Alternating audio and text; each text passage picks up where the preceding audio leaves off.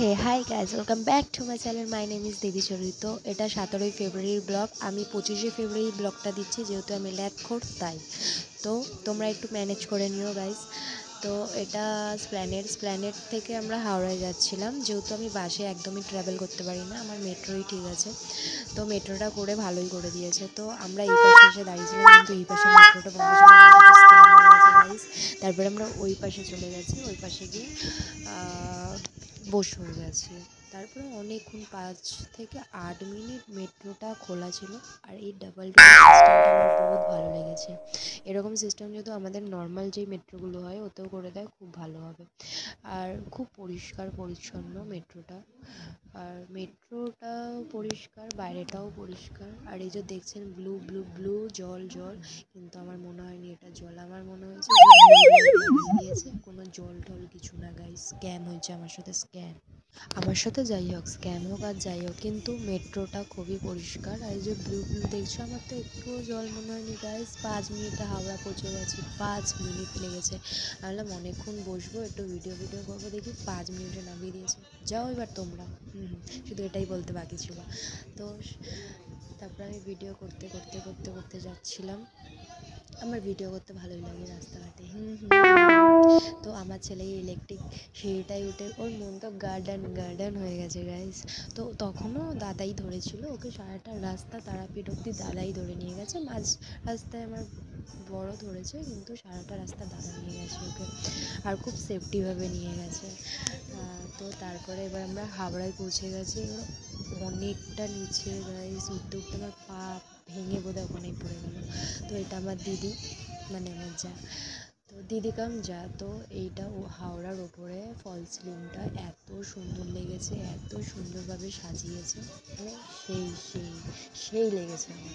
তো আমি ভিডিও করতে করতে চলে এসেছি গাইস হাওড়া। এবারে বার হব। Tan tan tan. এই যে আলোটা দেখতে পাচ্ছেন, এটা আমরা বাইরে বার হচ্ছি। অনেকটা নিচে ছিলাম, এবার উপরের দিকে উঠছি। তা বলে একদম উপরে উঠছি না গাইস, হাওড়া স্টেশনে উঠছি। এই যে আমার মুখটা দেখিয়ে দিলাম, আমি একটু 4 চক্ষু পরে নিয়েছিলাম। তো এবারে হাওড়ায় চলে এসেছি গাইস। আমরা 2 ঘন্টা বসেছিলাম, কিন্তু 2 ঘন্টা চোখের মিনিশে কেটে গেছে। 2 ঘন্টা গল্প করতে করতে, বাইরে ঘুরতে ঘুরতে। আমি করিনি, যেহেতু দাদা আর আমার বর ঘুরেছে বাইরে। তো আমরা বসে বসে গল্প করছিলাম। দুটো দিদি আর বোন একসাথে থাকলে গল্প করতে করতে সময় মিনিশে কেটে যায়, মিনিশে। তো এখানে আমার লিটিল হিরো আমার সাথে একটু ক্লাস দিয়ে দিল। ইয়ে ইয়ে ইয়ে ইয়ে। তো আমাকে অনেক সাপোর্ট করে, অনেক অনেক। তো তারপরে আমরা পৌঁছে গেছি। তো আমার ছেলেকে না আমি পোলিও খাওয়াতে বোধহয় ভুলে গেছি। হাওড়াতে দেখি এসে গাইস পোলিও খাওয়াচ্ছে, বাহ! আমার আর খাটনি করতে হলো না, ঘুরতে যাওয়ার পথে পোলিও খাওয়ানো হয়ে গেল। তো আমি হার্ডলি 8-9 বছর পরে হাওড়া স্টেশনে এসেছি গাইস। তো আমি দেখছি, বেশ ভালোই লাগলো। তারপর আমি এত ভিড় দেখে আমি ভয় পাচ্ছি আমি না হারিয়ে যাই। আমি হারিয়ে গেলে আমাকে দিয়ে যাবে 2 মিনিটে, আমি জানি, কিন্তু আমার ফোনটা হারিয়ে গেলে ফোনটা দিয়ে যাবে না। তারপরে পেটে তো কিছু দিতে হবে। ওই যে স্যান্ডউইচটা দেখালাম, ওটা কেনা হয়েছিল, ওটা খাওয়া হয়েছিল। তারপরে আমাদের ট্রেন চলে এসেছে গাইস, ইয়ে! এবার আমি ট্রেনে গিয়ে বসতে পারলে বাঁচি। এবার আমাদের বগি খোঁজা হচ্ছে, কত নম্বর কি। তো ফার্স্টে দাদাই গেছে খুঁজতে, কোথায় থেকে আমরা উঠবো, কোথায় বসবো, মানে সব একটা বড় সিনিয়র কেউ গেলে যা হয় ওটাই। তো এখানে ছেলের সাথে বাবাও বাচ্চা হয়ে গেছিলো। তো ফাইনালি ট্রেনে ওঠা হলো। তো আমি যখনই ট্রেনে যাই বা বাসে যাই, আমার জানলার ধারে সিটটাই চাই, নাহলে আমার গাটা গুলিয়ে ওখানে আমি বমিট করে দিই। তো বাই বাই করে দিচ্ছিলো। আর গাইস, এই জায়গাটায় এত বিচ্ছিরি গন্ধ, ধারণার বাইরে। জানি না এত বিচ্ছিরি কেন গন্ধ ছিল ওই জায়গাটা। তো ট্রেনে ফাইনালি বসে গেছি, ইয়ে! তারাপীঠ যাচ্ছি, তারাপীঠ ফার্স্ট টাইম। তো এখানে এই যে দেখছো, এটা ছোট বাচ্চা, এটা বড় বাচ্চা। ছোট বাচ্চার খাবার, বড় বাচ্চা খেতে চাইছে। ওর নামেই বড়, বিয়ে হয়ে গেছে, কিন্তু ওর মানসিক চিন্তা পুরো বাচ্চা।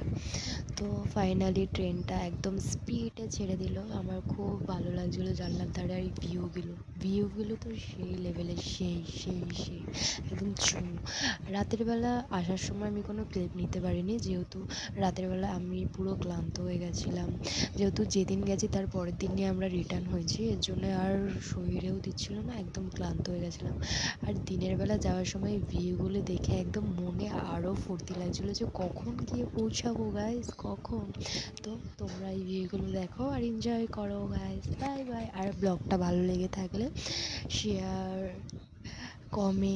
কমেন্টে জানিও কিন্তু ব্লগটা কেমন এডিট করেছি আর কেমন লেগেছে তা। তো এই ভিউগুলো সেই তোমরা কমেন্টে জানিও, বেশি বক করে তোমাদের মাথা না খেয়ে। তো ভিউগুলো তোমরাও এনজয় করো গাইস। বাই। আর ভিডিওটা ভালো লেগে থাকলে শেয়ার, কমেন্ট আর একটা লাইক করতে কিন্তু ভুলো না। Bye bye bye. আবার চলে এলাম মাথা চেপাতে। তো আমি এত বক করি না, তোমরা ভিডিও এনজয় করো। Bye bye bye.